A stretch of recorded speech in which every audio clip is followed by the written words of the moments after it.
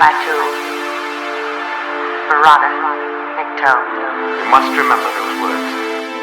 Gordon's alive! You know what the Turing test is? I know Kung Fu.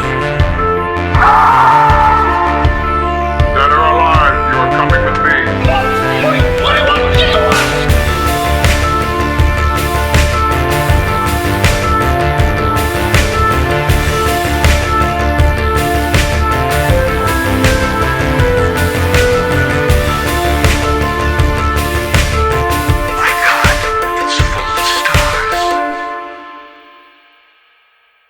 Ladies and gentlemen, welcome back to Stories Out of Time and Space. I'm your regular host, Scott Weatherly, and as always, I'm joined by Julian Darius.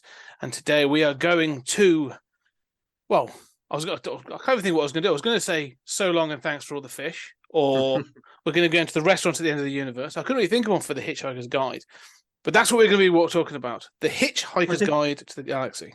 That's the problem, man, is there's 40 things in this that are just wired into our DNA that we grew up with, that we can't imagine our culture without.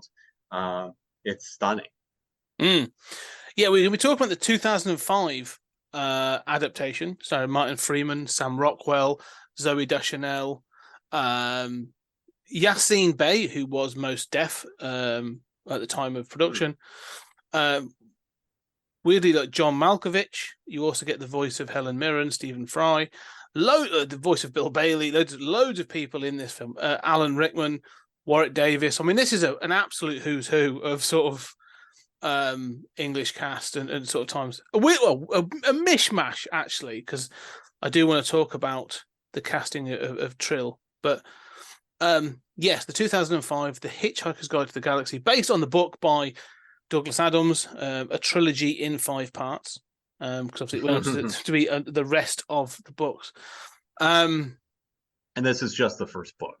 This is just the first book, and is a pretty good adaptation of the first book. I mean, and so I'm going to start with that, actually, because just for those, there was obviously an earlier adaptation. Well, this has got a really, before we even get into the film, Hitchhikers itself has got a very unconventional history as a story, because we're talking about this as an adaptation of a book, but before it was a book, it was a radio show, and then it became they did I think 5 radio show episodes. It became very popular, so they wanted some more. Then those radio show episodes were adapted into a television series that came out in 1981 for the BBC, which we are going to be covering on the Patreon. So if you want to talk about that, the 6-episode series from 1981, go check that out. That'll be on Patreon. But then it became a book series written by Douglas Adams, who'd written the radio and the TV show, and he extended it to a full host of things. And finally, it was being adapted into a film. A Hollywood film. A Hollywood film. And this is the key thing, is that this is because this was this beloved book, right? I mean, I was a kid in the 80s or the 90s, and I first read it in the 80s, and it was like, you couldn't be a sci-fi fan without knowing about this. This was important, but it was very British, and it was thought to be unfilmable, Yes. Even though I think the BBC did a great job, and we'll talk about that on Patreon, but it is not the kind of thing that you would think would make a big budget American blockbuster. And so it sat around in development hell forever. And this is clearly the attempt to do a big budget American blockbuster. One of the things that's interesting about you saying this is the book is very British, and it is. And the one thing to note is this was released and production was finished after Douglas Adams' death. And it is widely known that one of the things that held up production was he held off, and I'm going to be careful with this term, but the Americanization, the Hollywoodization of the story. He very much held at bay certain ideas about everything from transposing the story from Britain to America, making Arthur Dent American and putting them somewhere in small-town America. Making it more of a quest movie at one point, which I think is sort of still in this version a little bit, but there was other things where they wanted to keep changing the story, and there was also apparently one thing where they wanted to combine several of the books as well. Mhm. And he was constantly like, no, nope, that's not how this works. And so, yeah, it eventually came out in 2005, but they've been talking about this since the 90s. I think they've been really trying to sort of put it together. So it's quite interesting that it finally got done. Yeah. I mean, I have a very, mixed view of this film. I love this movie. I saw this movie in theaters. I think that it does a fantastic job of adapting the book. I think that everybody needs to see this movie. I think that Hitchhikers, I have to confess, I don't enjoy the books. I don't find them funny on the page. And, I have a huge admiration for Douglas Adams, but I have a huge admiration for his ideas. I mean, I've seen all of his Doctor Who stuff.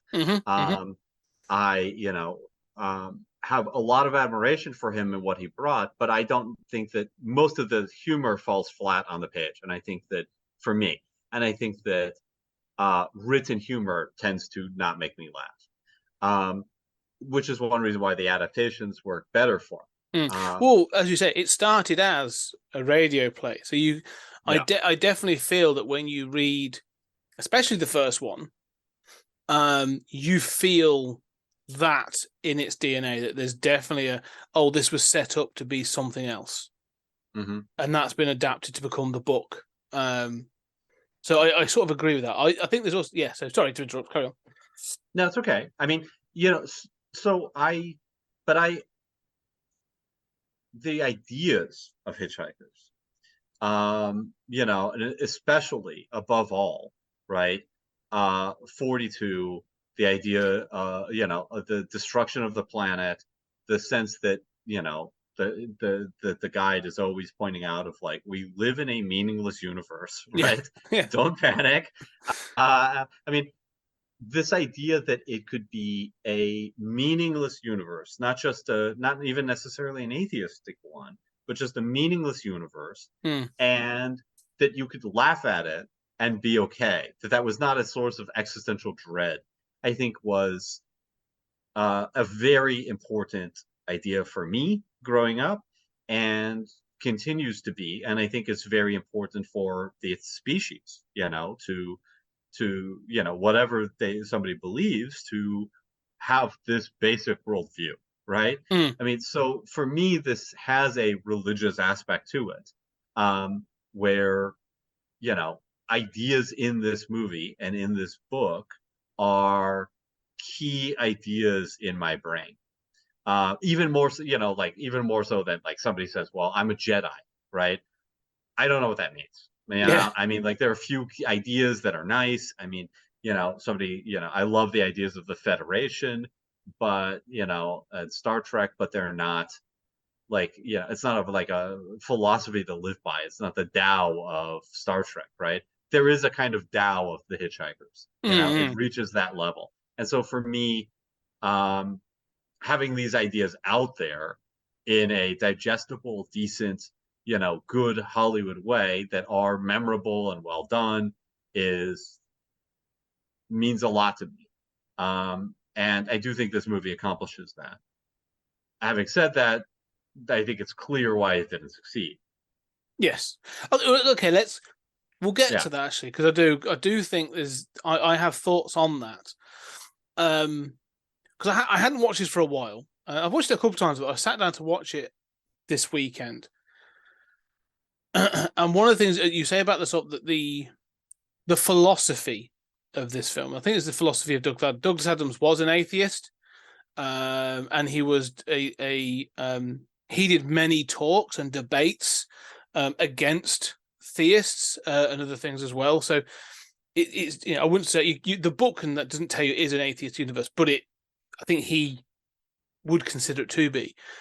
But I like, and that builds into this idea of like, well, there is no purpose, like there is no meaning to this world. But like you say, but don't panic, because I also like the fact that it's like, don't panic, because there are still interesting things to do and see. Like, yeah, it's meaningless and it's crazy and it's bizarre, but you can still go see these things. Like, if you to go hitchhike, you can go to this place, you can go see this species, you can go see this bizarre place. Like, there's still fantastic things to do, despite, you know, the, let's say, the lack of any meaning.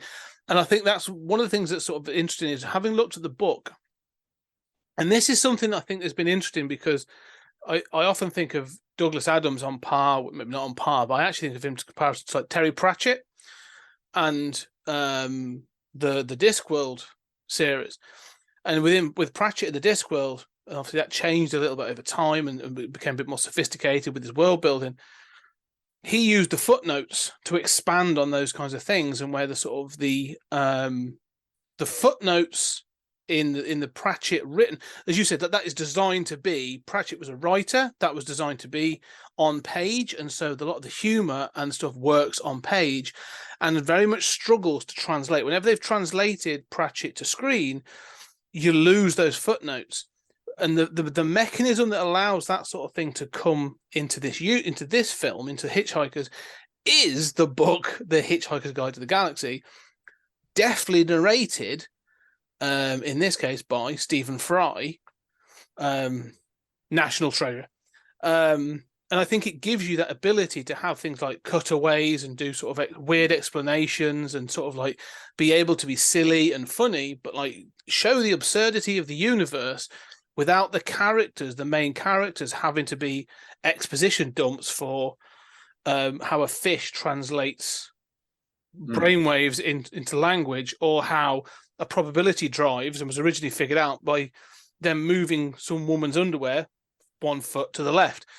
Like, you can do that and it works. I think that's why this seems to work as a mechanism for audio and visual rather than a book. Yeah, I think that's right, and I think that, I think everything you've said is right, including about Pratchett.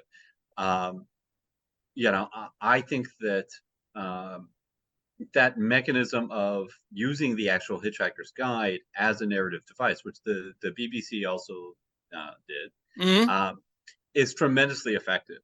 And it seems like, if anything, they should lean on it more. That it seems so well designed to a sort of like post MTV, even post TikTok, era, right? Where you can have these funny bits. I mean, I think that they look kind of like Flash videos in this version, which seems a little dated, but still works. I mean, and I think that allows you to do those segues and to have those information dumps and have them be perfectly charming. The thing about both this and the BBC series is every single Hitchhiker segment where they go to the guide works. Every single one. Yes. One might work better than another, but every single one of those works. And they keep them concise. They always keep them with a certain sense of humor, a tongue-in-cheek kind of aspect, and then you cut back to to the show, and that it always works. That works great, and that makes me wonder why they don't have more of it. Why people doubted that you could make this as a movie. I don't know, but I do want to get into sort of like this weird feeling of like why this didn't work. Let's get into that, because I do want to just finish off the point you've made there about the Hitchhiker's Guide, and especially this sort of when it pops up within the story. And if I was a producer making this, or an exec or a studio head or someone, and someone was like, and someone gave me the elevator pitch of this book, what this was, and but we're going to have segments that are a little bit like a PowerPoint presentation voiced by Stephen Fry, telling you about space, because space is big. Space is very, very big. Kind of, doing that, and you'd be like, sorry, what? There's animated segments of exposition, like unless you pitch it just right or you have a visual, like it doesn't sound good. So I can imagine people going like, well, that'll just slow the plot down. Where's the action? Where's this? Where's that? So I can see that I could definitely see why Douglas Adams was clinging on to things that I'm sure people were trying to take away from it because they didn't believe it would work on screen. So except it already had on the BBC. well, no, Like, you know, let's talk about this. And go, please go listen to the Patreon. to the Patreon where we talk about that for more detail. But you talk about the BBC, and I think one of the things we've got to get into, and I want to just is the Britishness of some of the humor and that approach, because that sort of information video, PSA, as you would say, that sort of like, you know, public service announcement or an information video kind of thing, like we're still kind of used to them. Like it's a part and parcel of some of these things, and so it sort of builds into that sort of culture.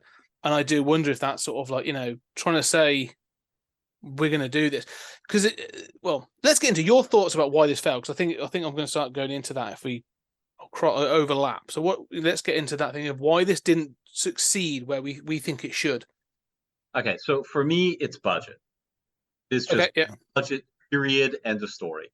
This movie was budgeted at 45 to 50 million. It did 100 million. You know, we have often, I am the king of, you should have done this on a cheaper budget, right? Now, you could have still done it on this budget and moved stuff around, but it is just, for this to be an American movie, it needs to look better than it does. And not better than it does in every scene, because an awful lot of it looks amazing and looks fantastic and looks like no dollar's been spared. And then you have awkward shots of, like, you know, I mean, the second head doesn't quite work.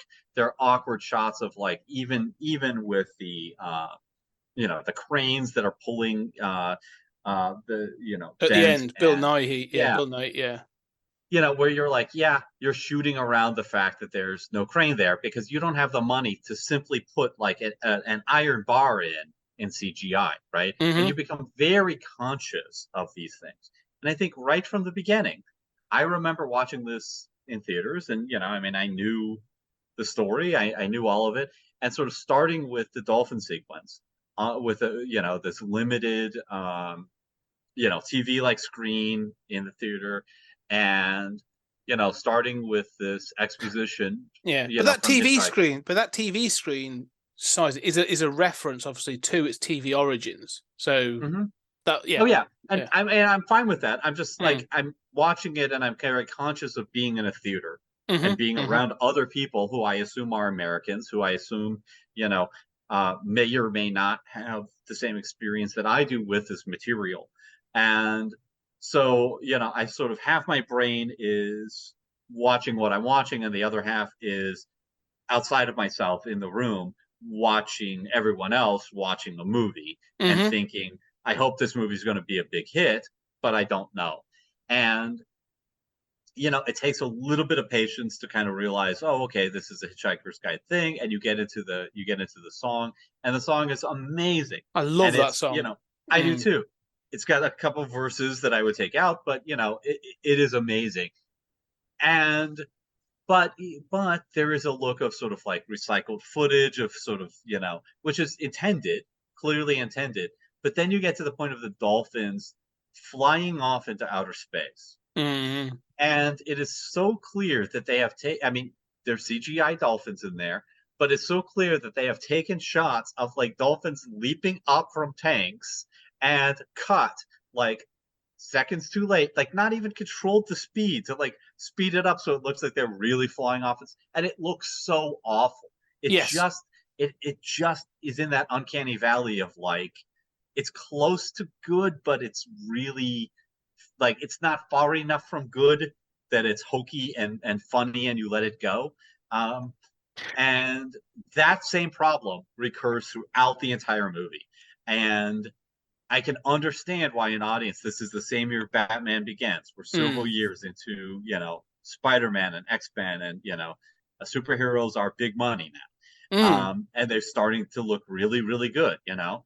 And yeah, I mean, I could tell I love this movie. It's doing great things. It's like 95% there, and that 5% is going to kill it with my fellow countrymen.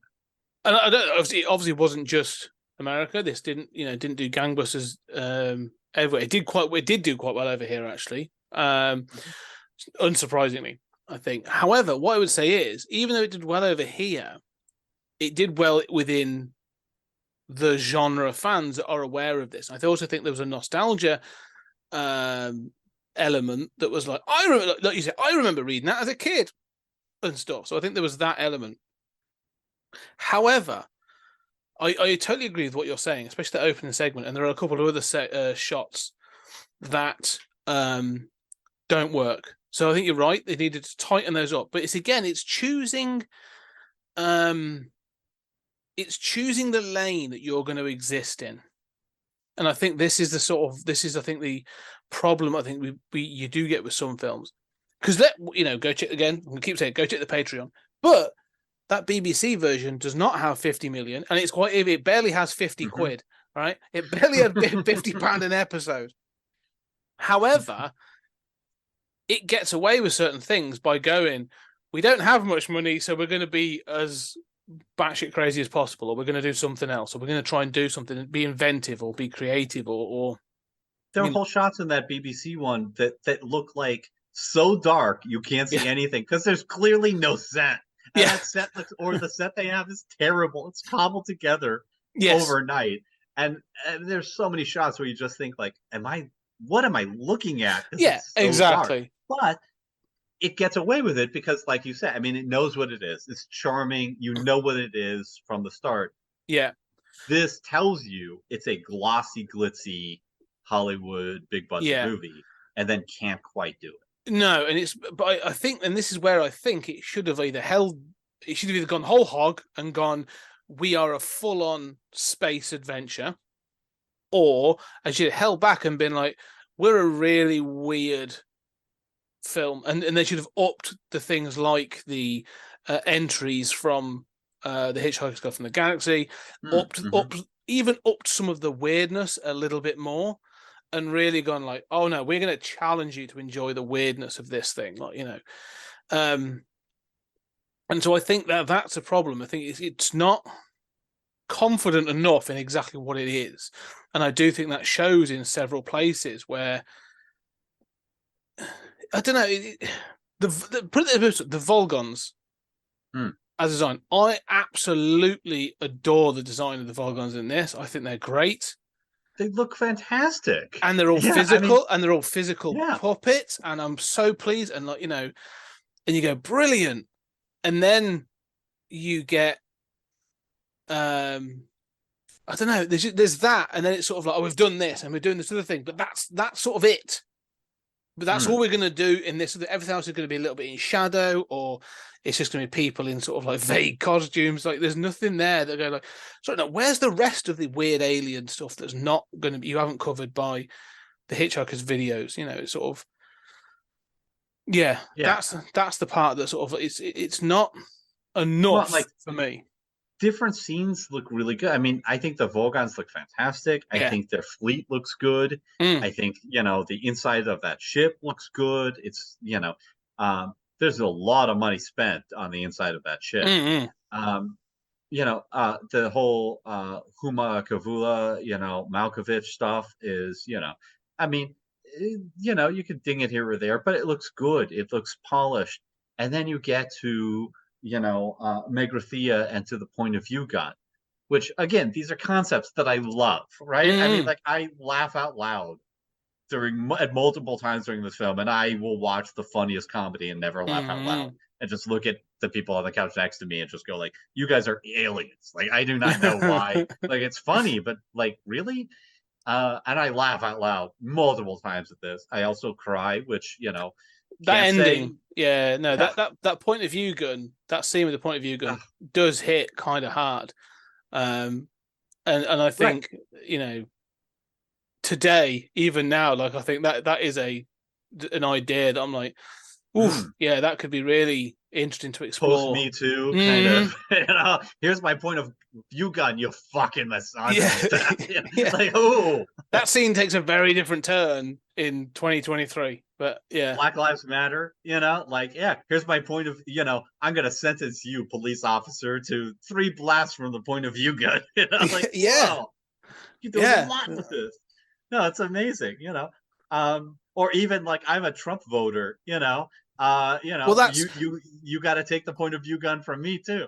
well, that's the terrifying bit, and that's why I love that idea, and that's why Hamakavula wants it, doesn't it? Because he's like, oh, I can control so many people with this idea, get my congregation. So yeah, I love the way that the ideas in this, they are so good in places. Even the probability drive, excellent idea. Absolutely, and totally more feasible than some forms of faster than light travel that I've seen in movies. And also, I know we disagree on this, but there's the shot of them as yarn. The stop motion. I mean, I love when they work in animation and stop motion into movies. And then at one point they're couches, and you think, okay, so I'm like, all right, I'm gonna track an idea, right? This is 2005. It's in the book and in the BBC, to a certain degree. But then, that same idea is in Rick and Morty, which gets lots of, which is even sillier, where it's like, oh, here we're talking spaghetti, eating cell phones, kind of, weirdness, kind of dumbing stuff. But at least that is more outre, kind of, more explicit comedy. And then it gets into like We're Rocks in Everything Everywhere All at Once, which is a terrible movie that nobody could possibly enjoy if they had ever read Hitchhikers, But and we'll find out in season 5 where the two of us strangle each other through the audio. No, I mean that one pushes all my buttons as a writer. But anyway, I mean, so this is doing much of what people say they love about that, more than 15 years earlier, and I think doing it better. My problem is that point of view gun looks like shit. Yes. I mean, it looks like somebody took gold spray paint in a prop department, and then it's got a little like blue light that lights up on the wrong end because it's supposed to capture that person's point of view, but nothing's firing out of the front end. And it's like, it looks terrible. I mean, doesn't look terrible. It looks a little off. No. But the fact that nothing is coming out of the front end. They haven't animated any kind of shot with that. They do, and what makes it worse? And I completely agree with what you're saying, because there are two things to note. They do animate something later on when Marvin has it pop up and uses it like a blunderbuss, and it goes across all the Vulcans. You see a wave of it come out then, so that's one thing. But the other thing you're right is this film clearly runs out of money at certain points. And as you said, the Volgon ship looks great. I love one of my favorite scenes is when they're being read the Volgon poetry, and Ford is like squirming, trying to get away with it and stuff. And it's all that looks great, and I love them in their outfits. And there's other scenes, like even the ship of what's it called? What's the ship called? The Heart of Gold. Heart of Gold, thank you. The Heart of Gold, like the set of that looks great. Like it's multi-layered. It's got different bits and pieces. It's designed well. It looks fantastic. Hamakavula's place, all that looks great. And then you get to Magrathea. All the shots at Magrathea, it looks like they've borrowed something from the BBC. Like there's this. Oh, we've got this set, this raised platform where we're going to do this one thing with a couple of extras. Then we're going to cover it in these fake vines and all this other stuff. And I'm just like, it looks weirdly really cheap and stands out so much from the film in so many ways. I'm a bit like, why does this? And now you've said it, it makes us right. Well, I am watching him. Why does this not look good?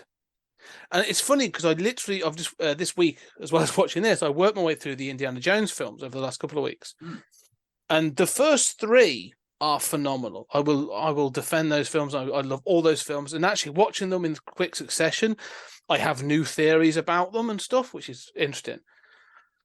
But the thing about those first 3, they're shot on. There are some sets, but the sets are always brilliant.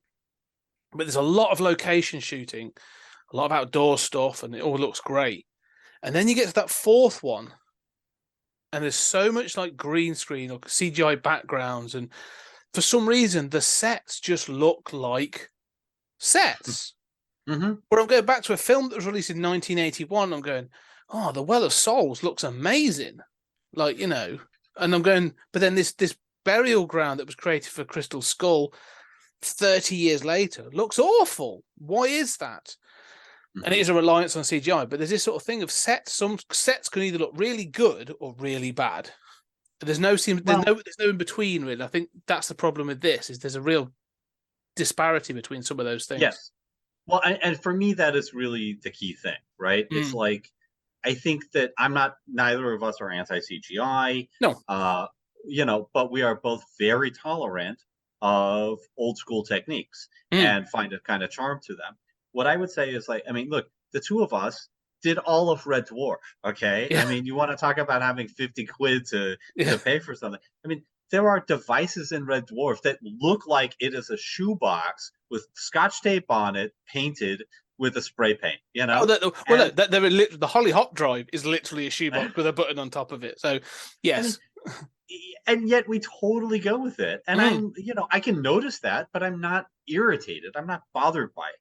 But the problem is, you take that same thing and you put it in a shot with glossy CGI, and the difference is so great that it's just so irritating to see that shoebox where you're like, that does not belong in the same shot. And the same thing is true when, you know, they divide these movies up by up by different companies to do the CGI, and they get, you know, like a really good shot that looks great, and then you cut to like another character that was done by another studio or whatever, and you're like, that looks like shit. Yes. That, you know, I'm seeing polygons. Like, why am I seeing polygons? What's going on here? That shimmer looks so fake. And, you know, so it's the contrast for me. And I think, like, in the same way, you know, you can watch, I mean, like, the first Toy Story, unbelievably primitive CGI, right? And yet, you know, still looks pretty good. You know, you watch that and you can still go through it, and it has a consistent look to it, even if that look isn't realistic anymore.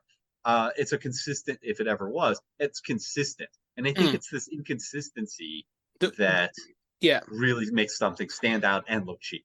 No, I agree. It makes it's one of those things. It makes things that possibly aren't cheap look cheaper. And I think that's the problem. You're right.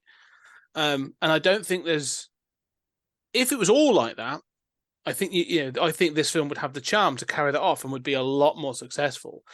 But like you said, they've spent so much in other areas that I think it does. It sort of it highlights those those scenes when you do go, huh, that doesn't look great. Why does that not look great? And then you sort of you focus in on it. So I agree with that. The other thing is, and I'm interested to see your opinion on this. I know you're probably a slightly different case because we have talked about Red Dwarf and stuff. This being a Hollywood film, I watched the trailer for this before I watched the film. I was quite curious. The trailers are awesome. The trailers are good, but there's one in particular that feels very Hollywood. And it was very much like it almost portrayed this as a sort of a space adventure. You know, it shows the seating. It shows a lot of the scenes of like the shooting. So the Volgon sort of shooting on sort of like Sam Rockwell and some of the bits and pieces. And I'm like, and it tried to sort of big up the action. And that's the trailer that was on Amazon Prime when I watched this.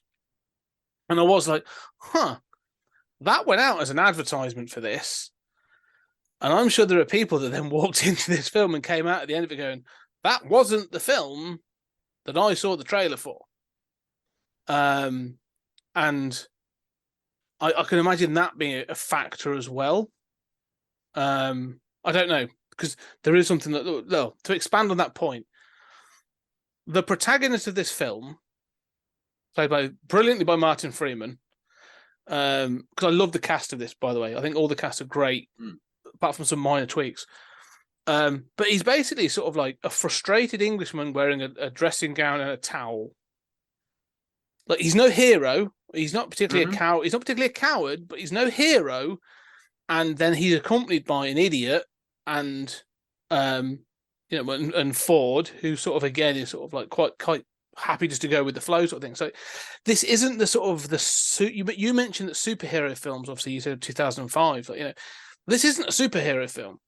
This isn't Guardians of the Galaxy or Star That's what I Wars was going to or Star mention. Trek. Like, yeah, there's No, no but hero, I think even this, I idiot think this hero. is a better version of Guardians of the Galaxy. I think that everything that everybody likes outside of possibly the music, everything that everybody likes Guardians for, the sort of like more unlikable, less heroic, band of misfits who are, pretty directionless and thrown into circumstances beyond their control. I mean, this is, 10, 15 degrees off that. Yeah, but I like those 10 to 15 degrees. Like, let's take that, and maybe one day we will talk about Guardians as well. I'm sorry, I might put you through that, but in that, let's take the Marvel effect. Is like you have Chris Pratt, and in that trailer, this is Chris Pratt, who had been known for Parks and Rec as the chubby guy, is ripped. Like, he's all of a sudden in the trailer, like, oh look, here he is in his abs. And you've obviously got, like, David Bautista, Zoe Saldana. You've got this sort of cast of badasses. Like, the trailer, it's about space adventurers and stuff. There's a badass element to it. It's got more ripped people doing more fighting. Exactly, and this isn't that. Yeah, This film sort of pokes fun almost at that, like, right. But I mean, Galaxy Quest works. I don't. Oh, Galaxy Quest is awesome. I love Galaxy Quest. I do too. Yeah, I mean, well, and we'll definitely do that someday. But yeah, I mean, you're right, and I mean, I guess I just sort of, I'm like, really, does anyone go to the movies for an actor? I guess that's something my brain can never quite compute. Like when we're talking about Dune, and I'm like, right, but is anyone, like, it doesn't make any sense. I mean, I'll go to a movie for a director, but I haven't gone to a movie for an actor in 25 years, yeah, but I mean, I do think there is a sort of like, to me, what Guardians and to a lesser degree the Marvel movies do is they sell fun.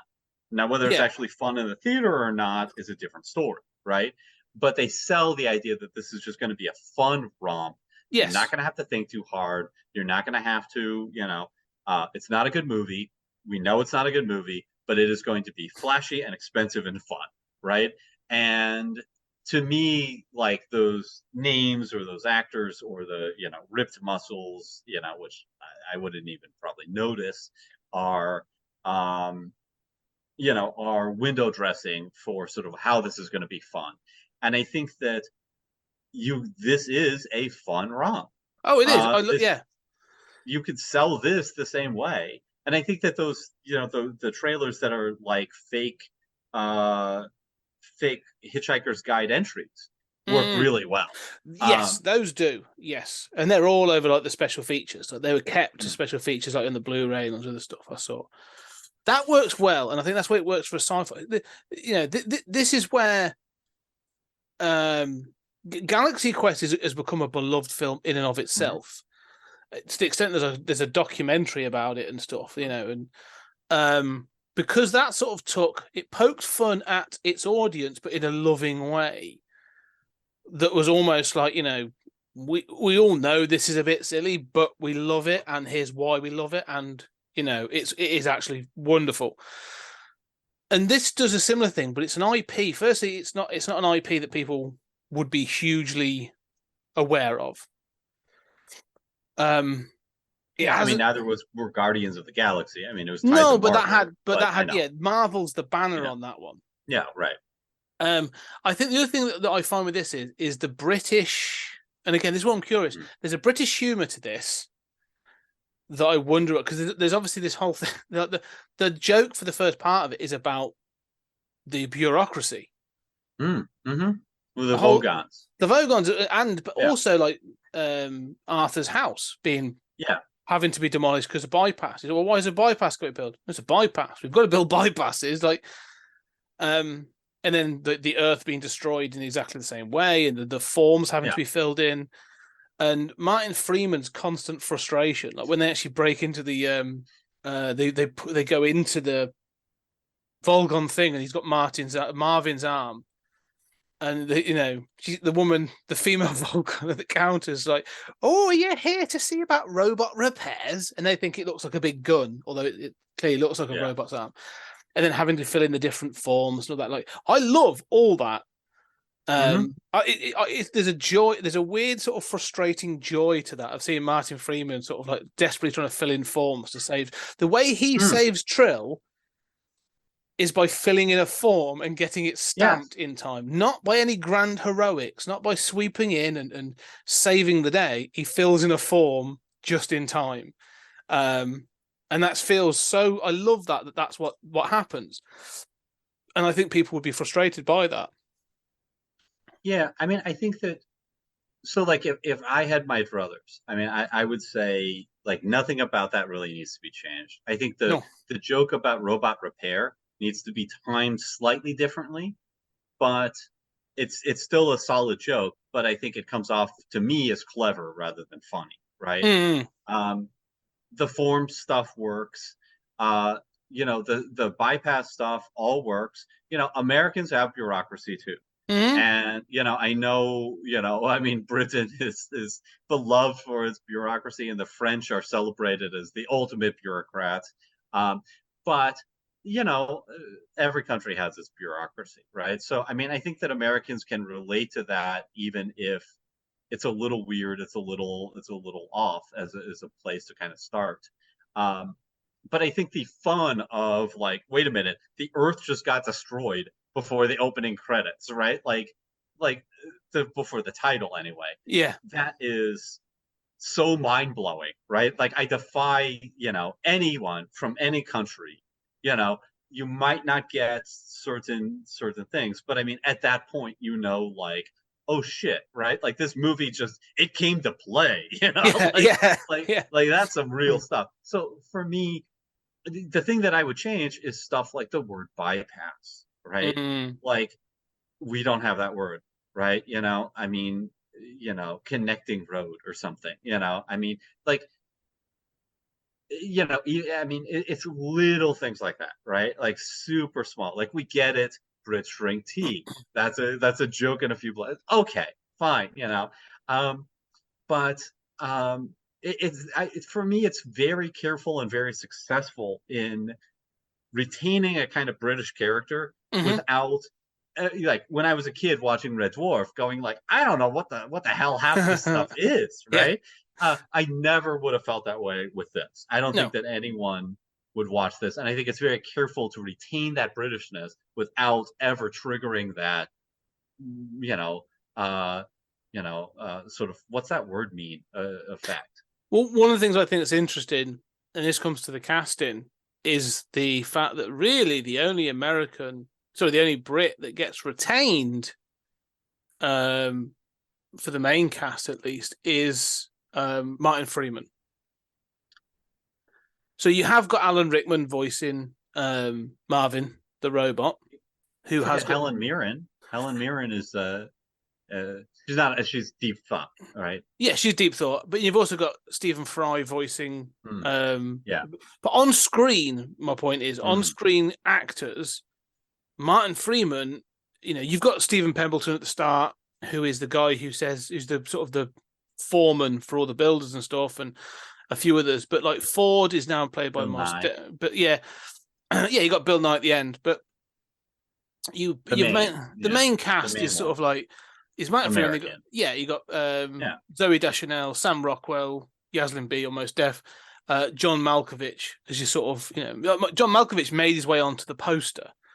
And you can see that that's so weird. And you can sort of see, you're going, okay, they wanted this thing. Now, I'm not that bothered by it, because Martin Freeman's, they're all very good in this. I'm always a little bit put off by Zoe Deschanel, because she always feels like the quirky girl that's trying too hard to be quirky. I can't stand New Girl. I've tried to watch it several times. I just find her a little bit too try hard, if I'm honest. That's the right way to put it. But Sam Rockwell in this is having a blast, and it's like let's just agree. Sam Rockwell is amazing, and Sam Rockwell needs like all the roles, okay? And he doesn't get them because he's creepy. He doesn't get them because he's never going to be. I mean, you mentioned like Chris Pratt, right? Like Chris Pratt is the most unbelievable Hollywood success story that I could imagine, because I saw him in, Community and thought, or Parks and Parks and Rec, and Rec, yeah. thought, same show, and thought, I just pissed off half of our audience. Not for the first time, but, and thought, what an uninteresting character. He sort of plays it well, but, he's, dating a girl on the show who's amazing, right? Hmm. Who I want to see in everything. But she's weird, and he's Mm. not. He's the all-American boy, and so he's had this great success.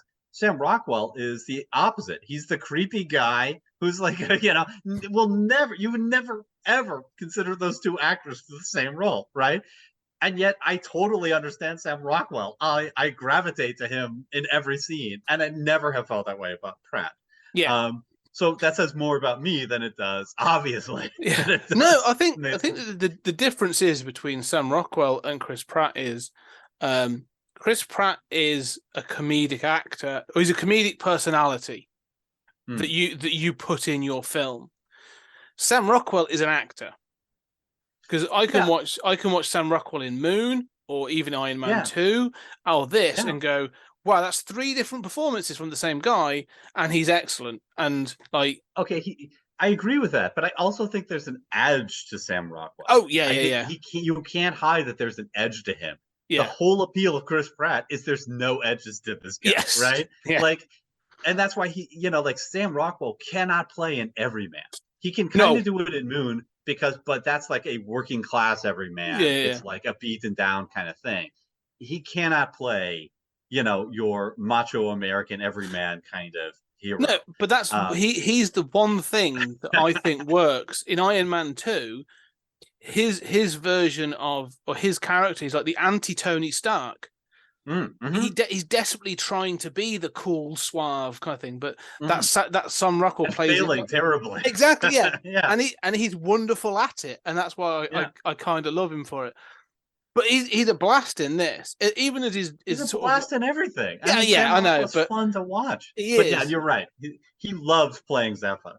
Yeah, Zaphod is amazing in this, and he's he feels like he's sort of channeling Owen Wilson a little bit, in certain scenes, and I kind of like that as well. Like he's doing an Owen Wilson impression through sort of like certain scenes. But no, I think this is the other thing I'd like to say about this as well. We said about the money, we've said about the special effects and the puppetry and stuff, because the Vogons are obviously physical suits. The costuming this as well is really spot on as well. That it's sort of like this, where Martin Freeman's obviously just wearing a sort of his pajamas and a dressing gown and stuff, but Zaphod's costume is absolutely fantastic, and sort of like it's just, and even like I say Malkovich's Hammerkavula, and then when you see the costuming for when they're at that place and you see all the people wearing the bits and pieces, like all the church of it looks great. Like the really good thought out.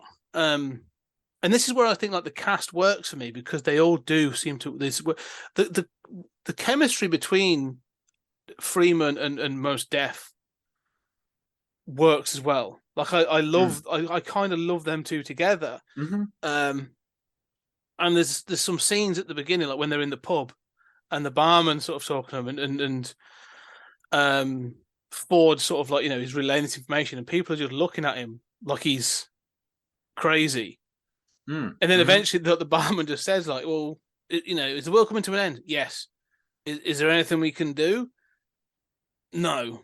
Well, should we lie down with bags on our heads or something? And he's like, would you feel better if you did it? It's sort of, he's working really well for me as sort of like in that role. It's sort of, I don't think that he stands out as much as Sam Rockwell and Martin Freeman. I would agree with you that Zooey Deschanel is the weak point. Yeah. And partly, to be fair, partly it's the script, right? Partly she doesn't have a lot to do. She's basically the love interest. And she's also somebody, whose character is defined by, wanderlust, wanting, which is part of the, Galaxy Quest sort of get off planet, Star Trek story, right? Why we Mm-hmm. like science fiction is because we've got a bit of her in us. But she just seems a very cardboard character who's really there for Arthur Dent to be in love with. Yeah. And I don't get why he's so smitten with her, except that she's the last human. But it wants us to really believe in that he Yeah. like remembers that girl from a party. This is sort of the point I want to make, actually, is that like where I see chemistry either on screen or between characters in certain places, you say she's the sort of the weak link, which just what I'm saying, I totally agree with. The Trillian character, like the scene where she says to him about going to Madagascar, and Martin Freeman's like, "Oh, okay, well, instead of that, how about we try Cornwall or whatever?" And she's a bit like put off by it. To me, like she's supposed to come across, as you say, with like wanderlust and a bit quirky and adventurous and stuff.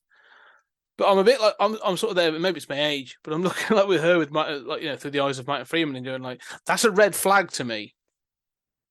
Like, okay, you sound like the kind of person that's probably going to steal my wallet at some point and run off. So I'm more worried about that now than going somewhere with you. Like, you're very pretty, but that's the one area where I think that party scene needs more to flesh out how impactful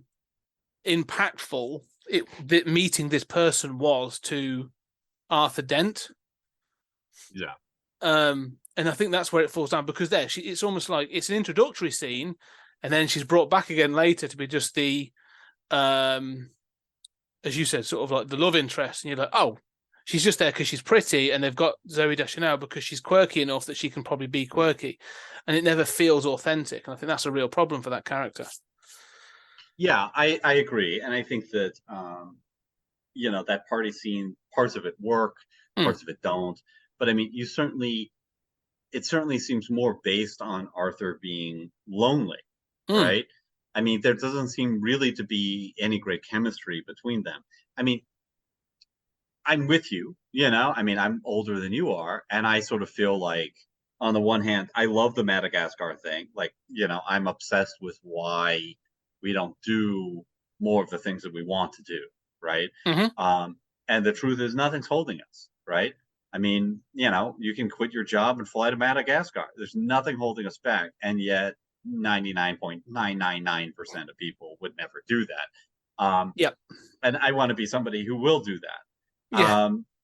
And except that what holds me back is, I just met you and, you seem a little crazy, and I would probably, also hold back too and say, look, let's try Cornwall. Yeah. But, if it goes well, let's do Madagascar. What the hell, but and try to find some middle ground. But the key thing for me, I like the Madagascar idea. What I don't like is that I don't see any chemistry between them. No, I agree. And so because of that, you're just defined by her being first throwing him off for this weird guy at the party who says, "Want to see my spaceship?" And you feel like that relationship is defined by his loneliness. And so when he's lonely on the ship and they're the only humans left, that it only seems like, oh, right, well, you're in proximity together. Good coincidence, this is, but it doesn't lean into that. I mean, like, I could tolerate that a lot better if we knew, like, Arthur's kind of a slime ball. Like, Arthur's kind of, like, not an appealing character, and he's sort of lonely. Trillian's, like, I mean, but it doesn't want to say that. It doesn't want to lean into that. It doesn't want to lean into Trillian. It wants us to feel like Trillian regrets being with Zaphod, he signed the order to destroy Earth, which is very funny, by the way. I do love that. Didn't even read it. Yeah. Yeah. You thought it was an autograph. Again, the meaninglessness of this universe is so charming to me. No, I agree. I almost think, and I think I felt this during with the book as well. is, like you say, they're sort of thrown together as the last two humans or whatever. But there needs to be a choice made that I don't think is presented. That Trillian gets a choice of basically Arthur or Zaphod. And so she is presented with an arc, but the film doesn't give her an arc.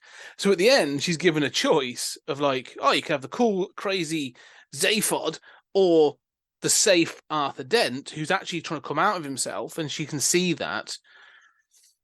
Or, but then they should both be offered with a choice. Like there should almost be a choice of like, well, Arthur's actually, the choice of staying in his house. It doesn't feel like he's been given a choice. The film doesn't show me that he is making a choice between that staying home and going with Trillian. He's accepting like wider adventure, and I kind of prefer that he's going for wider adventure, because if it was just, oh, I'm chasing after the girl again, so it seems like it'd go against the point. But then she seems to be making a choice between, because when she gets the what's it gun, the point of view gun, it's the fact that like, oh, she may have blown the only chance with the one person who does get her, who is supposed to be Arthur. So she's going on an arc of accepting him, but he's actually going on an arc of going, yeah, well, let's go on this adventure. But they seem to constantly be sort of like just missing the point of each other a little bit, and to their sort of sensibilities are slightly out of sync throughout at least this film version. Well, and maybe it doesn't need a love plot. I mean, there's that famous comment about Star Wars, but I mean, if they did but the love plot's there, and maybe if they did tighten it up and sell it well, that would have helped this movie too with audiences. Well, it doesn't need to be a love plot. It could even just be platonic. It could just be, you are inspiring me. Actually, being with you has inspired me to be more adventurous. And she's going, well, actually, seeing what you have done, that the chaos is actually toxic, and actually someone a bit more stable and sensible is probably safer to be around. We're not talking romantic love, but like there's a friendship brewing here that's actually really good for each other. A platonic sort of friendship between a man and woman, that'd be really refreshing, and actually would probably be strangely typical, would be fitting for this story. So yeah, point in fact I wanted to make, and I was curious, I haven't checked it actually, but there's a person that appears in this, an English person, an English actor, who I think should have had who I think would have benefited from a much, much bigger role in this whole production. Edgar Wright appears as one of the sort of deep thought technicians. Watching it this time, it got me thinking about the Cornetto trilogy. And I did think, I wonder if Arthur Dent could have been Simon Pegg. Could this have been an Edgar Wright film? Could Pegg have been Zaphod? I don't want to cast it, but would this have been in better hands in someone like Edgar Wright and Simon Pegg and Nick Frost? I could easily see, I want to see the Edgar Wright Hitchhikers. I don't know that it would have been any more successful though. Because in 2005, I mean, Wright was not a bankable international director. And, it's really, I think Hot Fuzz is sort of a year or two later or something. I mean, Hot Fuzz. Shaun of the Dead. Maybe around. Yeah, but Shaun of the Dead was like a cult hit, right? Like, I mean, it was big over here, but Shaun of the Dead was 2004 and Hot Fuzz. So Hot Fuzz got like 2007. Right. So there you go. A couple years later, and that got a big push over here. And there were a lot of people who had never seen Shaun of the Dead who were like, "Oh, I'm seeing these commercials. Who is this guy who's like a big deal?" So this would have been like, and look, this would have been a better movie than Hot Fuzz, right? But the timing doesn't quite work out. But I mean, I think you're right. I would have loved to have seen that movie. And, one thing that makes me just really sad about this movie is that we'll never get a sequel. I love this cast. We'll never get to see like, the Sam Rockwell version of this character continuing forward. And I would really, I would really love to see this. And the fact that it didn't succeed, and we've never had adaptations of the BBC series stops in the middle of the second book. Mm-hmm. There's never been any adaptation further than that. So, and this was set up, and I think, that 15% that it's different from Guardians is a 15% where that's the 15% that makes me hate Guardians, as a viewing experience. Yeah. And love this as a viewing experience, where there's stuff I can forgive, but obviously I'm not the average American audience. It's interesting that this is, we're now 18 years away from this film. It's weird how I feel about films as well.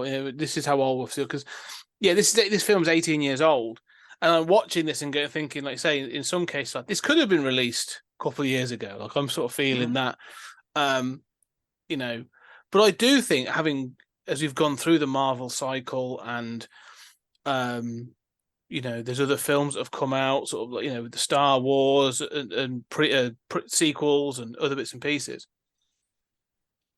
This film would do better now. And I think you would probably give it Edgar Wright, or someone similar to that, Peyton Reed maybe, or somebody else who I think would do something really cool with this. But I think the humor and everything that is set up in this would land better now. I think it would find audiences better now. And also, I watched this, and the one thing that didn't escape my mind, and you've said it with a number of other things that you've said, I would like to see the HBO Max version of this. Now, I don't want the HBO Max version of this. I don't want Arthur Dent and Trillian having some sort of, like, sex scene all of a sudden inserted for no other reason. But, take this as a premium television series, Amazon Prime, HBO Max, whoever. This is a series this is an IP that someone could jump on and would be fantastic to do as a modern science fiction story to tell. And I just think it's a missed opportunity that they're not doing it, really. For sure. And this could be a sort of franchise thing. Yeah. I mean, I think Hitchhickers makes more sense than Dune, and I love both, but I mean, if I were going to invest, hundreds of millions of dollars in one of the two, I would choose Hitchhikers. I don't want the Denis Villeneuve version of Hitchhikers, though. I think that's a couple more 15 to 20 degrees to the wrong direction. Yeah. And I love Denis Villeneuve, but I do too. Not for this. I had the same thought about how this would be more successful today, and I'm thinking, even if it is the same exact movie, I mean, I think 2005 was a weird time, and this got lost in the shuffle. Yeah. And 2005 was a conservative time. You're talking about like 99, 2000 was this unbelievably creative time where you could do Matrix and American Beauty and all this kind of stuff, and it was latched onto and people loved it. By the time you're in 2005, you're still in the Bush administration. You're only a few years after 9/11. Anything that was greenlit, that's coming out in 2005 was greenlit in the wake of 9/11. That hangs over everything, and everything's got to be kind of safe. The superhero, we're talking like, there's a reason why Fantastic Four is a mega hit. I mean, it is the success of that gets Iron Man made, frankly. I mean, the Marvel Cinematic Universe hasn't started, but its whole raison d'etre is to look at all these dumb, glitzy movies like Fantastic Four that are raking in money and saying, well, we can do that. We can do as good as that. So, no, it's an interesting. This is that weird era where in 2000 there was not room for this movie. No, in 2005. I am actually having a quick look at 2005, and what came out that year. Not realizing it was Harry Potter 4, The Goblet of Fire. So you're still at the height of Potter fandom. But also that's the middle Harry Potter, which is like nothing's happening in those movies. They're they're like Well, adequate. You know what I'm saying? It's you not that you feel early that they stuff were or still the, but they were still making a bunch of cash. This was the same year as Tom Cruise's War of the Worlds. Johnny Depp's Charlie. also super safe and boring. Yeah, Johnny Depp's Charlie in the Chocolate Factory. Which I love, but failed because it's not boring. No, because it's too weird. It is weird. Yeah, yeah, exactly. The first Narnia, The Lion, the Witch, and the Wardrobe. So from looking at franchise films to sort of see what sort of came out. Aeon Flux came out that year. That was and failed. Yeah. The Island. V for Vendetta came out the same year. And that's a film I'd love to do as well, because I love that film. So yeah, it is. It's interesting. Sin City came out that year. So I'm looking for films that sort of this was also the same year as Peter Jackson's King Kong. So there's this Boffo. Yeah, so you're right, it is an interesting year, because it's also the year of a history of violence, The Jacket, Syriana, Munich. So it's a weird time. There's no real theme. There's a lot of good films, but like, well, but I think there are a lot of like really safe sort of franchise stuff and dumb stuff that does really well. Or I shouldn't say dumb. I mean just run of the mill kind of safe stuff. And then there's like artsy stuff like Munich or like Sin City, that kind of like Sin City found an audience. Yes. Changed cinema, really. I mean, it's because of that why we got 300 and Zack Snyder and everything. I mean, but there are also there are artsy stuff like Munich that still has a lane, but there's no lane for this. There's no lane for the weird, kind of more mainstream weird, big budget weird.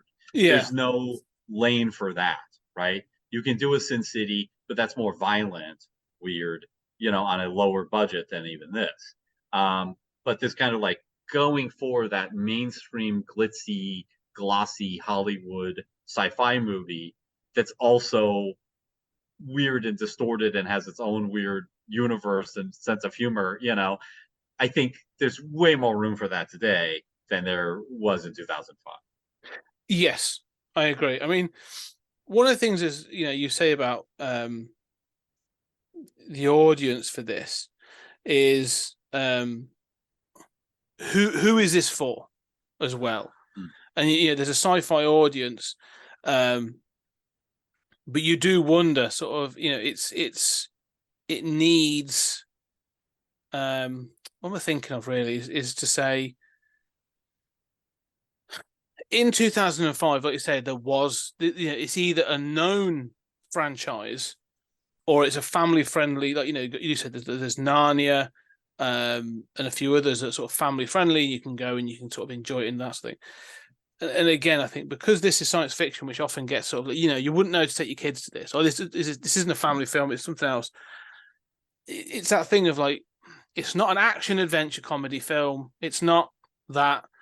It is a sort of a weird story. It's a comedy, but like, it could be sort of slightly unrelatable as well. I mean, one of the biggest heroes eventually of this story is a robot with depression. Well, I relate to that. Yeah, I mean, as both a robot and a depressive. Yeah, but all and I think again, deftly voiced by the great Alan Rickman. And stuff, but again, I think like this is the one thing I wondered about that as Marvin. Could you do Marvin now? Now there's more awareness of mental illness and that sort of thing, or I think you have to be a bit more sensitive to Marvin because they do sideline him throughout. And the fact he says he's depressed, but he's mostly just miserable, isn't he? Let's be honest. Like when he says, "Oh, you saved our lives," he's like, "Yes, wretched, isn't it?"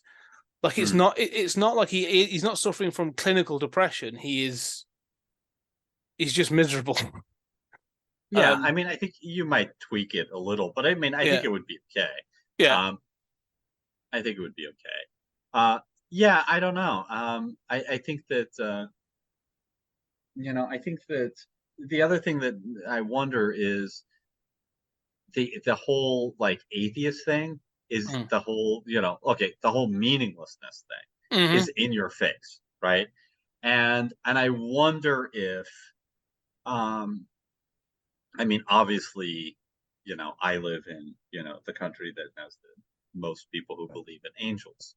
Um, I wonder if this wasn't a deterrent, right? Because while, look, while obviously Star Trek is a totally atheistic universe, despite certain writers going other directions, Roddenberry intended that, it's not in your face, right? Mm.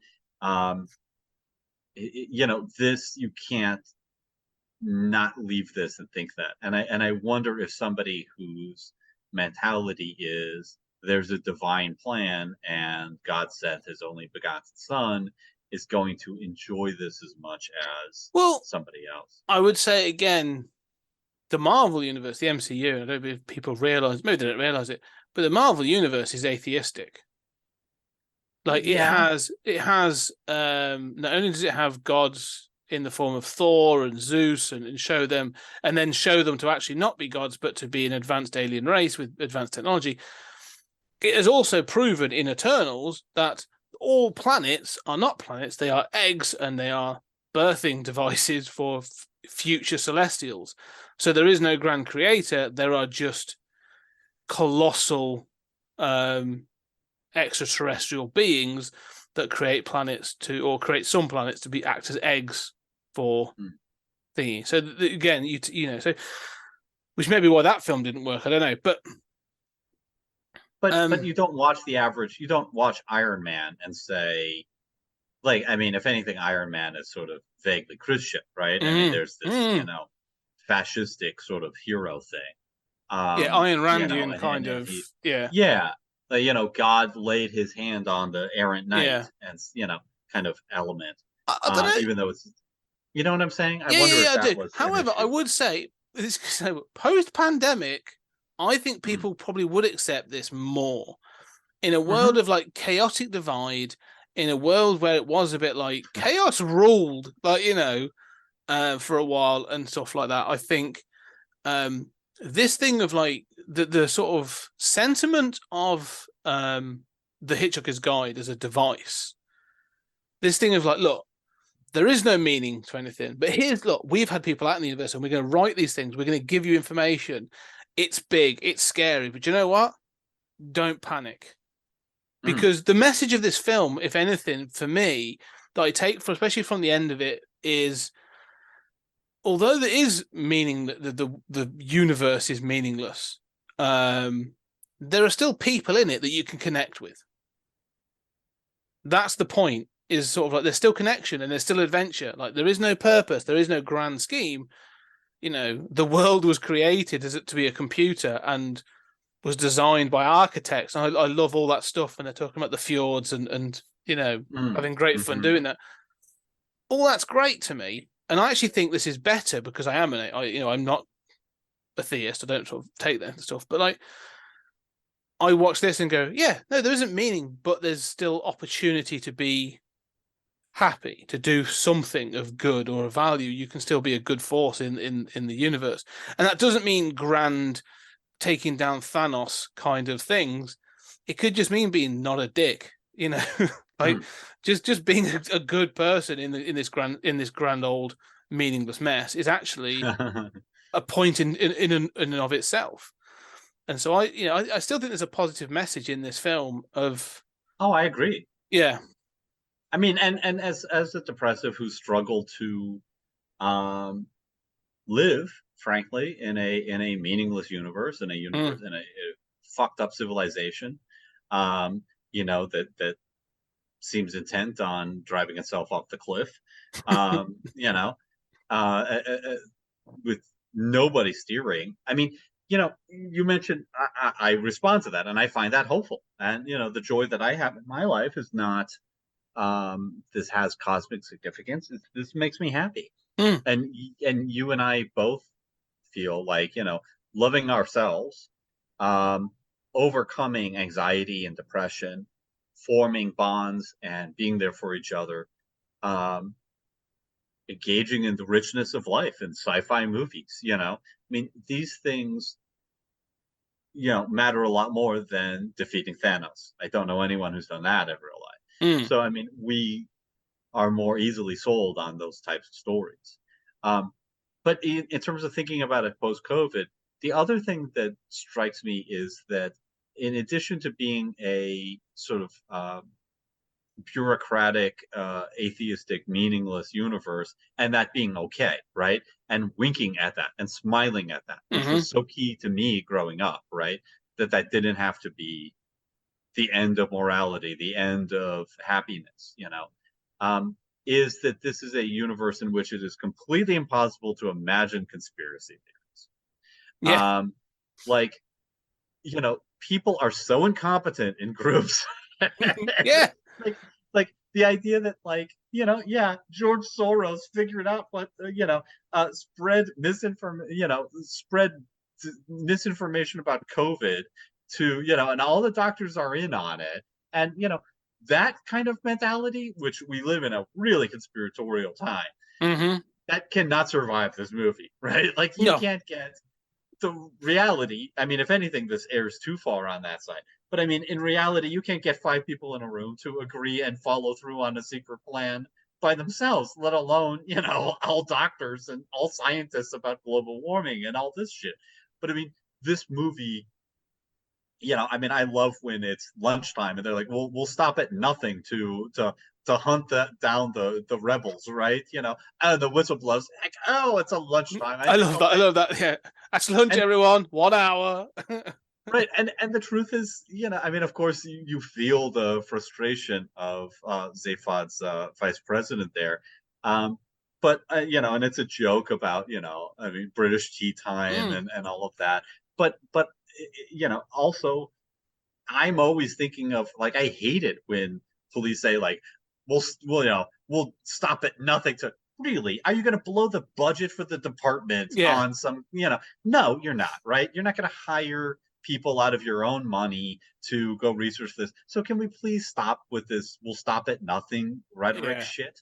But anyway, I mean, so I think, I love that, but I think it totally defeats the idea of, like, there are dark forces in control that are controlling our lives. Again, like, this is that. Yeah, I completely agree, because that's why there's one world government. Although I am currently reading a book about the one world government, but I can't believe it, because you're right. I've worked in a number of organizations, and this film's exactly like those places all work on the edge of chaos. Like, and everybody talks to everybody else, and then goes outside and talks to everybody else that they know. So nothing's ever a secret. It's utter nonsense, and that's why whenever I see a flat earther, I can't engage with them. I just look them in the eye and then have to walk away, because it's just baffling to me.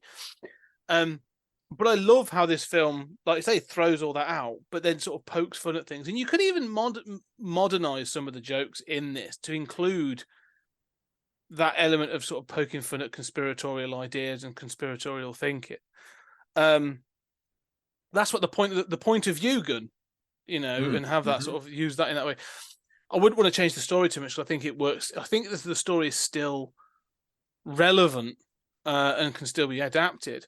But you're right. I don't know. I think there's an audience for this today, and I think it gets lost in the shuffle and often gets forgotten. One thing I wanted to sort of touch on, you say about the weird, and I also think that there's let's call it the weird scales, the scales of weird, in which you need to keep a good balance depending on how you're going to do things. Because, for example, there's a scene in this where the probability drive kicks in when they're at Magathea. Instead of going anywhere against whatever calculable probability, a sperm whale appears and a bowl of petunias. Well, the two thermonuclear missiles that are about to destroy them turn into a whale and a bowl of petunias. Yes. Yeah, and then famous. And as the whale falls to Earth, it starts to sort of create things. It has sort of like a sense memory of, like, that's my tail, this is wind, and what's that coming towards me? That's ground. Hello, ground. And then it hits, and again, voiced by well-known British comedian Bill Bailey. But there's that moment where the Petunias, the only thought that passed through the Petunia's mind is, "Oh no, not again." It was just one of, to me, the funniest bit in the Yeah. whole film. And I've always loved the whale and the petunias. Yeah. It's great, but I also like that the Hitchhiker's sort of narrative that follows it from Stephen Fry is, it is often considered, if the universe had understood more as to why the Petunia had thought that, we'd be in a much better place all round. Yeah, we'd understand a lot more about the universe. Yeah. Yeah. And that's from the book. I mean, it's directly from the Yeah. book.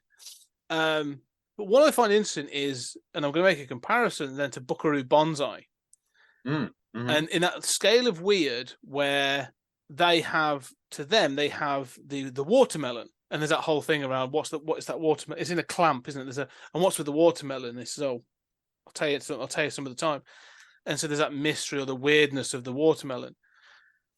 And in watching this, I still very much enjoy Buckaroo Banzai, but that falls very much into, in some cases, manufactured weird.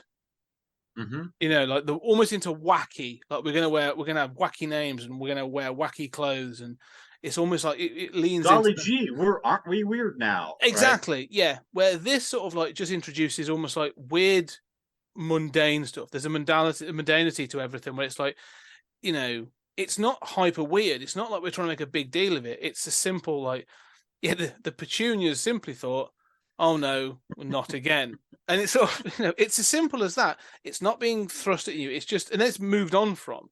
Mm. And there are several things like that in the film where it's just there as a sort of like odd things. Like there's a race that has 50 arms, and they invented the aerosol deodorant before they invented the wheel. Yeah, that's very clever. Yeah, and there's little things like that where I'm like, it's not overly manufactured. It feels like a sort of like it's just a joke and a moved on. But there's a weirdness to this universe that, yeah, but it's also like such a heartwarming weirdness, right? Yeah. Like I know what you're saying about like the manufactured weirdness of, you know, which I hate, right? I mean, and to me, I can always smell the difference between those two, right? And I'm always sort of irritated at the, you know, careful set weirdness, you know, versus just human oddity. And this is very much in that human oddity. I mean, even with the bowl of petunias, there's a kind of like smiling at the audience, right? Where, and it's such a classic joke, right? Because you follow the whale all the way down, and it's done brilliantly in this film, right? You see the money, you know, and it's like, right, of course the whale wouldn't know gravity, right? That it's in danger, right? And of course it makes you think of like the classic thing of like when you're falling, you know, everything's fine, it's all fine, it's all fine, and then suddenly it's not, right? Which is a big metaphor for climate change and crisis and all these other things. But you know, so then that's the end. And then it suddenly shifts back to the petunia, and it's like, right, you know, well, here's what the petunia was thinking, right? Which is like the most mind-bending, like, oh, right, imagine there's a binary here, right? We've just followed the one. Here's what the other was thinking. And it's so bizarre and wonderful.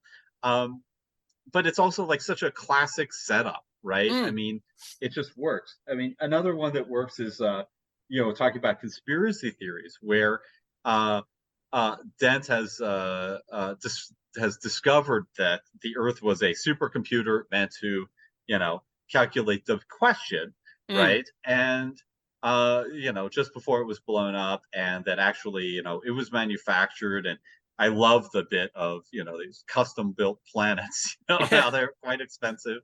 And Arthur Dent says, oh, you know, that makes sense to me, because my whole life I felt that there was secretly something, you know, controlling us. And you know, you know, instantly the guide says, and this is also one of my favorite lines from Hitchhickers, no, that's perfectly normal paranoia, everyone in the universe feels that. You know? Which I often say to my friends, where it's like, you know, like maybe I'm thinking too hard about this, and you know, maybe, you know, like maybe, you know, I need to like change my life, or this person's after me. And it's like, no, that's perfectly normal paranoia. You know, we're all feeling it. Yeah. It's very funny, but it has it that is. humanity behind it. Yeah, and it makes it charming. And I think one of the things is, there's the absurd humor, or even like, that verging into surrealist humor. Again, is a fine line. It's about timing and where to place it. Again, like, we often remember, Monty Python, being, quite avant-garde and sort of like surrealist humor. People laud that, oh, Monty Python, amazing, oh, yeah, watch all of it.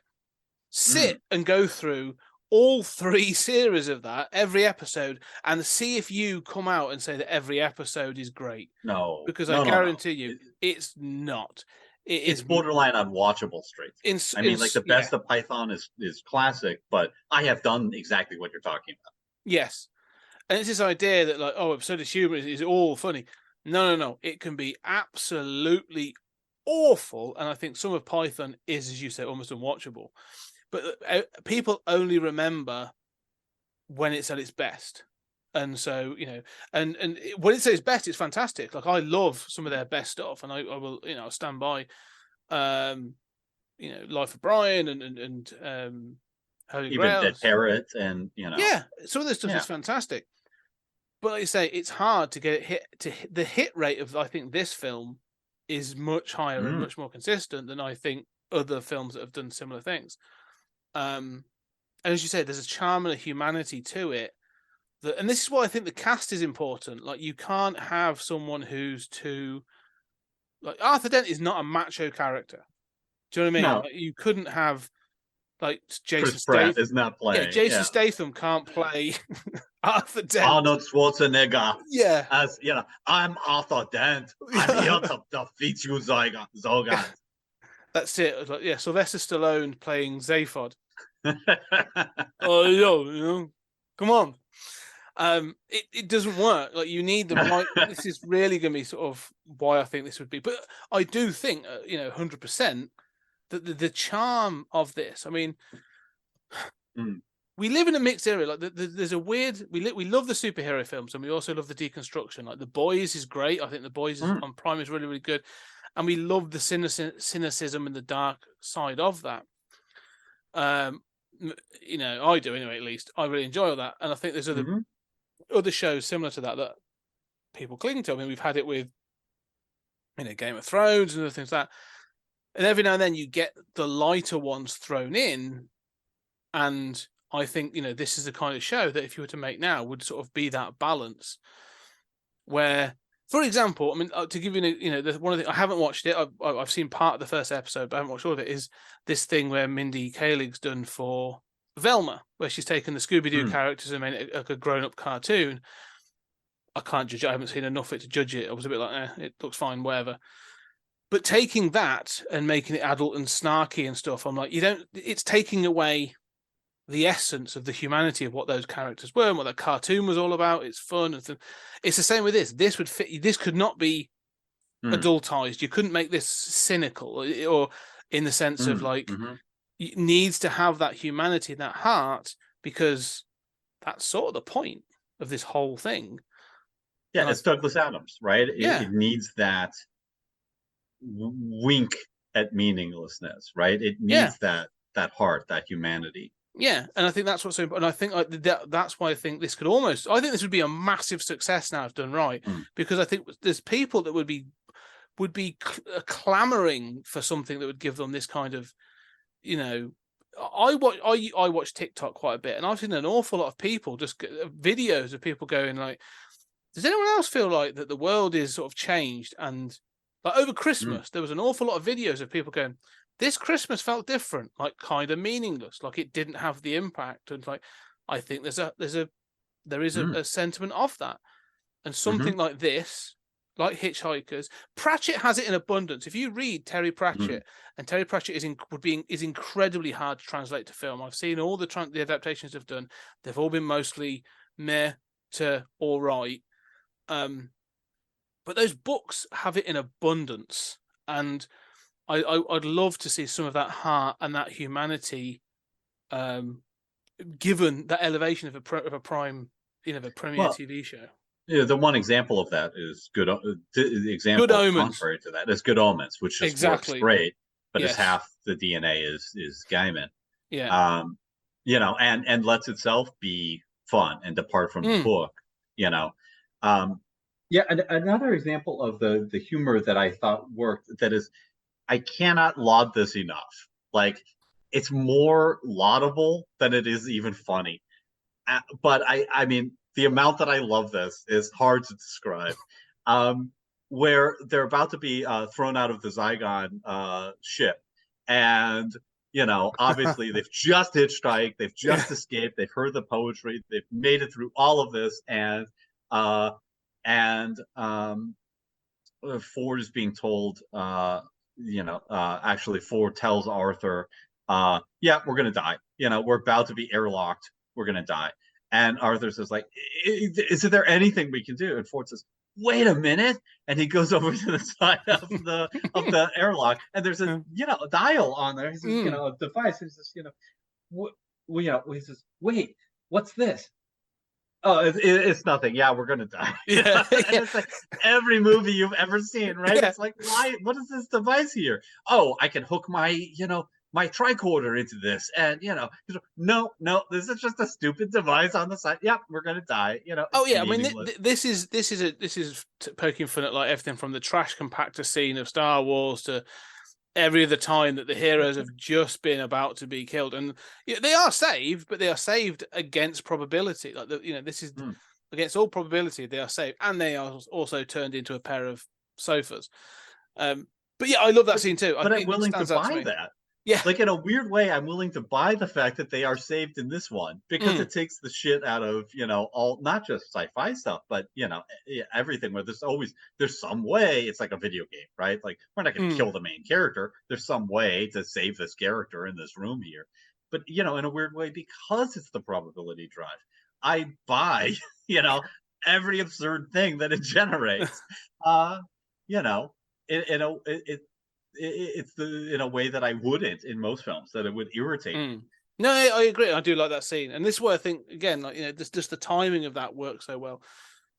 There's a weird, the sentiment of the end of the film is, the heart is always there, and there's a little bit. In the ending of the book is slightly different. It's all a little bit at the end of this film. Everyone gets together, happy ending kind of thing.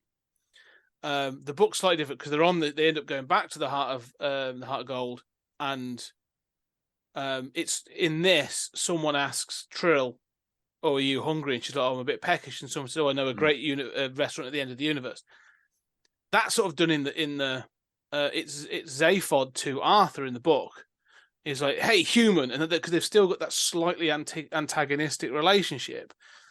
Are you hungry? And he's still, I am slightly peckish, and I could do with a good cup of tea. And he says, right, we're off to the restaurant at the end of the universe.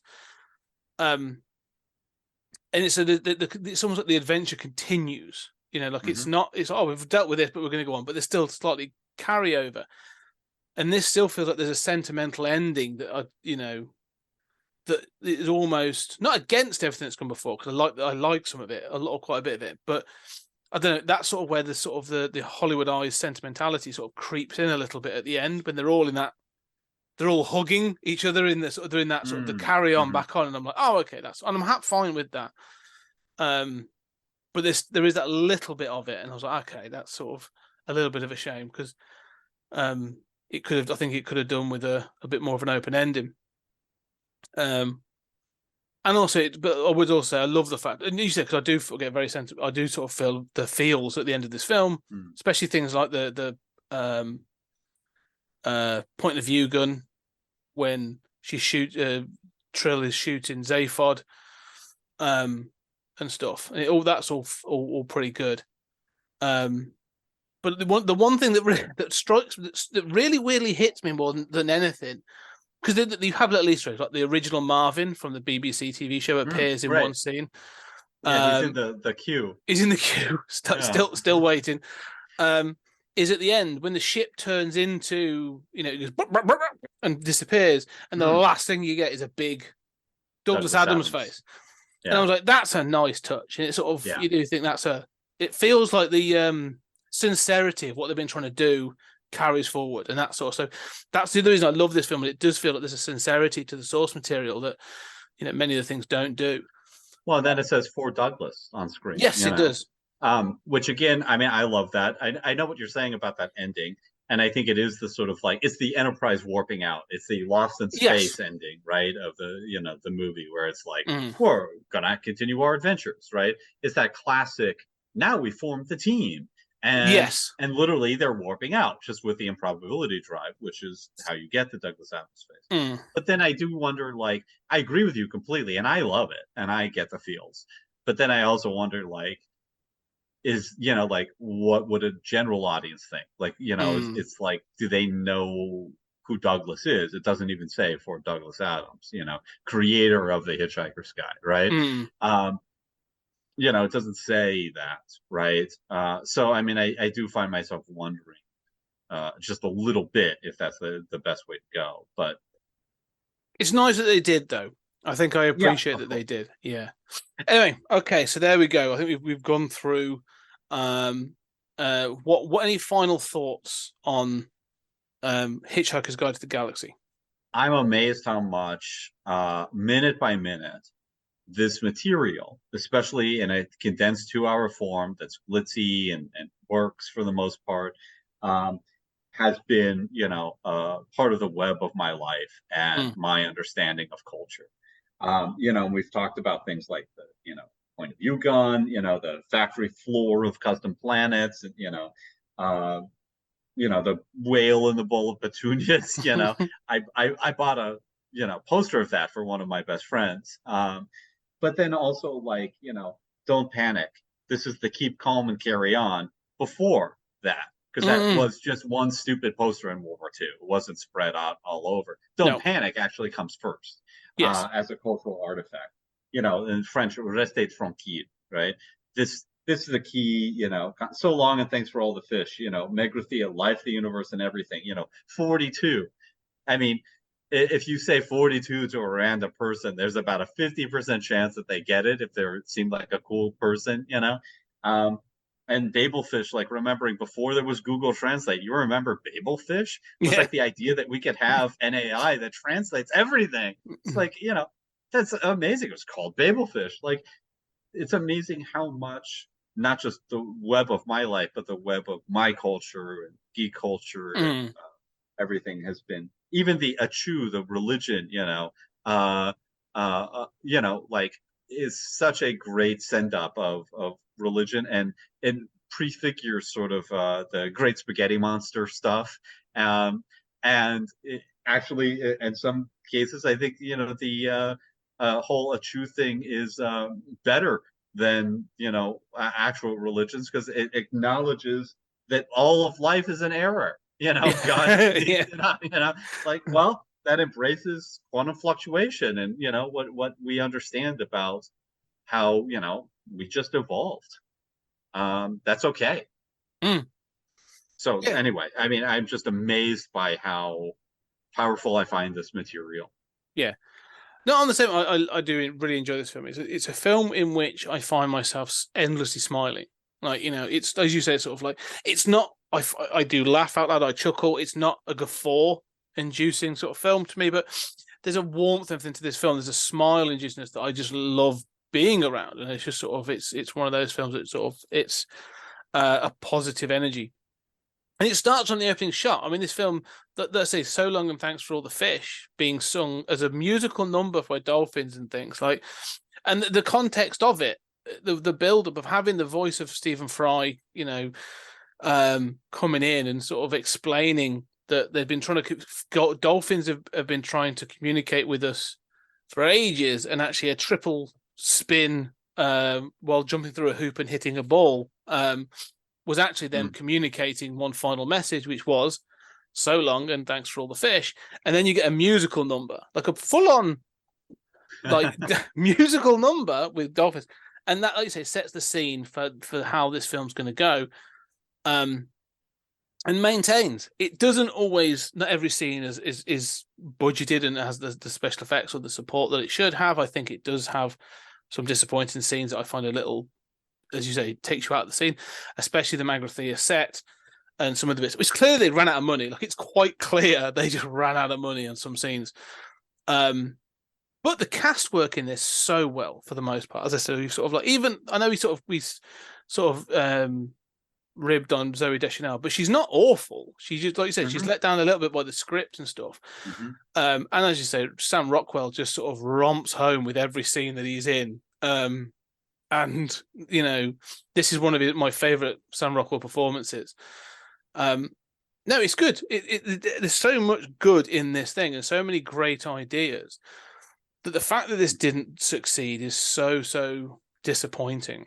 And the fact that, like you say, no more than a year or two later, Edgar Wright would make British comedies, you know, slightly absurdist British comedies, a bit more in vogue again, with Hot Fuzz and World's End, in particular, which is a science fiction kind of sort of, you know, similar take.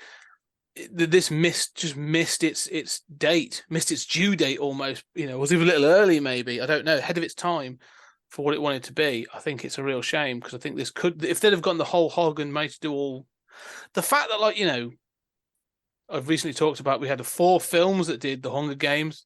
Percy Jackson got 2 or 3 films. The Maze Runner, like, you got all those young adult, you know, crappy novels got a bunch of money thrown at them, and then this didn't, is so tragic. However, I do think, and I will repeat, this is a property that needs revisiting. And I think, you know, it has inspired so much. I mean, I do think that if you were to ask Doug Naylor and Grant, you know, you'd find, I think there's definitely a dollop of DNA of Hitchhikers in Red Dwarf. For sure. And absolutely. You know, even in I think, yeah, it just goes on and on. Like you said, there's the ideas in some of this just have appeared elsewhere. It's a bit like we said with John Carter when we covered the John Carter film. That idea of, now this is the original, but you're comparing it to all the stuff that's come after it, and that's not fair. And I think that's what somehow this is a little bit. But yeah, I think this could be done again. I think it should be done again. I think this is time for the Hitchhikers to be sort of pulled off the shelf, dusted off, and somebody else to have a go at it. Because I think there's so much more to explore here, especially that, you know, in the rest of the novels. So yeah. Yeah, and if we could do it for Dune, although that's, you know, tonally very different, we can do it for this. I mean, and, you know, for me, no matter what I feel about the novels, you know, it being enjoyable or funny on the page, this is sacred stuff. You know, it is stunning how important this material is, you know, and influential. So I'm all with you. Yes. Okay. Well, ladies and gentlemen, there we have. We've discussed The Hitchhiker's Guide to the Galaxy. Just as a final note, I did put out a tweet the other day just to ask what were people's thoughts on this. And I actually did get resoundingly positive feedback. Like, everyone was like, oh, I love that film. Or, like, you know, generally thought like, oh, yeah, that was really good. It was a film that people, when prompted, remembered fondly, but I think has sort of fallen away because it's been overtaken by a lot of other things. So that's generally, I think, where it is in the public eye. So it could be redone. I don't think it's like, for you and I, we're quite close to it, but it is 18 years old, and I think there's a whole generation that could re-enjoy this material again. Anyway, so besides the point. So, ladies and gentlemen, thank you very much, and I hope you enjoyed the show. If you do enjoy, please go leave a review. Find your podcast catcher and leave a review.